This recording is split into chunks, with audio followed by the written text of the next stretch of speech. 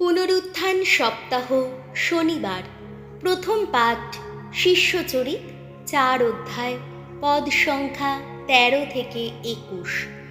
সমাজ নেতারা যখন পিতর আর যোহনকে যিশুর নাম প্রচার বন্ধ করার আদেশ দিলেন, তখন উত্তরে তারা বললেন অমন আদেশ তারা কিছুতেই মেনে নিতে পারবেন না।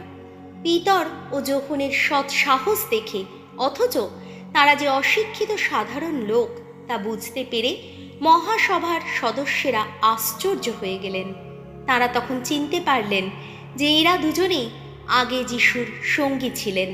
তবে সেরে ওঠা জন্ম থেকে খোঁড়া লোকটিকে তাদের পাশে দাঁড়িয়ে থাকতে দেখে তারা তাদের কথার কোনো উত্তর দিতে পারছিলেন না।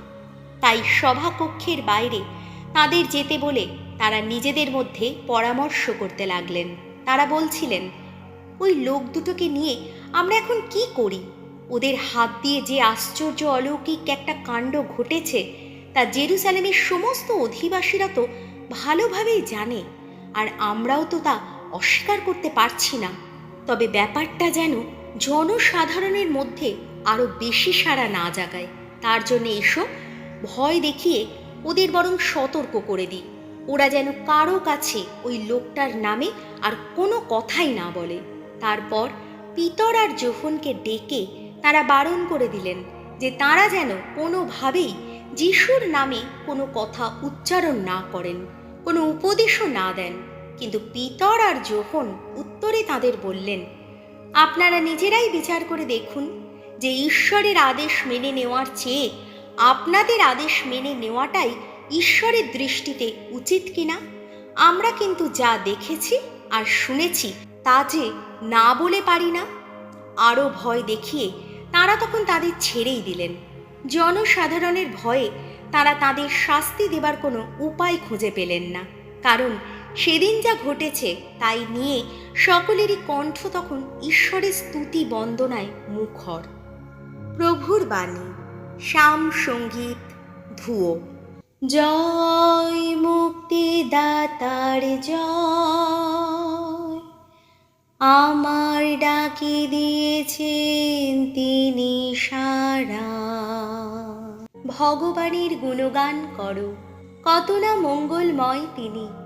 তাঁর দয়া সে তো চিরকালেরই দয়া। ভগবানের শক্তি আমার, আমার কণ্ঠ গীতি। আহা, নিজেই হয়েছেন তিনি আমার পরিত্রাণ। ধর্মিষ্ঠের শিবিরে শিবিরে শোনো, উল্লাস ভরা ওই যে জয়ের ধ্বনি। ধুয়ো। জয় মুক্তিদাতার জয়, আমার ডাকি দিয়েছেন তিনি সাড়া। ভগবানের দক্ষিণ বাহু কীর্তিতে বলিয়ান, ভগবানের দক্ষিণ বাহু গৌরবে মহিয়ান। মরব না, জীবিতই থাকবো আমি, সকলকে শোনাব ভগবানের কর্মকাহিনী।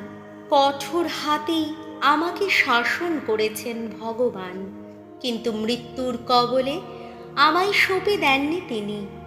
ধুয়ো। জয় মুক্তিদাতার জয়, আমার ডাকি দিয়েছেন তিনি সাড়া।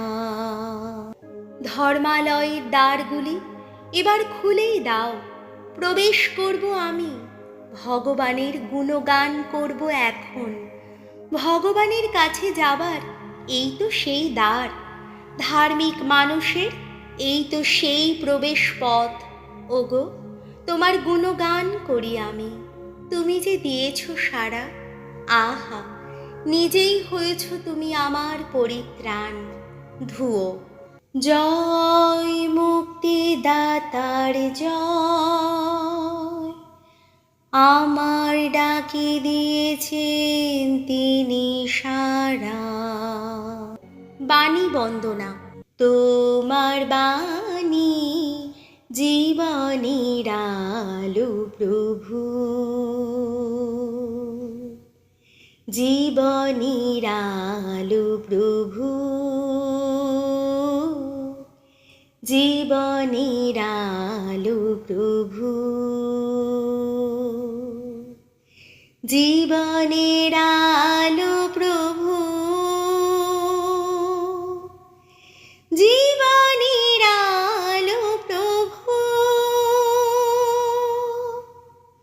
তোমার বাণী জীবনের আলো প্রভু। মার্ক রচিত মঙ্গল সমাচার 16 অধ্যায়, পদ সংখ্যা 9 থেকে 15। বিভিন্ন লোকের কাছে পুনরুত্থিত যিশুর দর্শন দান।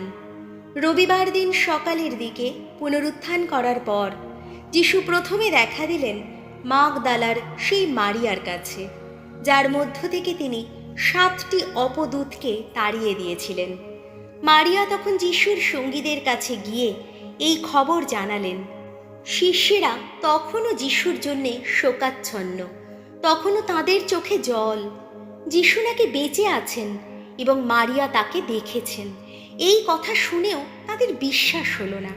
এই ঘটনার পর তাদের মধ্যে দুজন যখন পায়ে হেঁটে গ্রামাঞ্চলের দিকে যাচ্ছিলেন, যিশু তখন অন্য রূপ ধরে এই দুজনকে দেখা দিলেন। জেরুসালেমে ফিরে গিয়ে এরা দুজনে অন্যান্য শিষ্যদের কাছে খবরটি জানালেন, কিন্তু তারা এদের কথাও বিশ্বাস করলেন না। শেষে 11 জন প্রেরিত দূত যখন একসঙ্গে খেতে বসেছেন, তখন যিশু তাদের কাছেই দেখা দিলেন। যারা তাকে পুনরুত্থিত অবস্থায় দেখেছিলেন, তাদের কারো কথাই তারা বিশ্বাস করতে চাননি বলে তিনি এই অবুঝ অবিশ্বাসের জন্যে তাদের তিরস্কার করলেন। তারপর তিনি তাদের বললেন, তোমরা জগতের সর্বত্রই যাও, বিশ্ব সৃষ্টির কাছে তোমরা ঘোষণা করো মঙ্গল সমাচার। প্রভু যিশুর মঙ্গল সমাচার।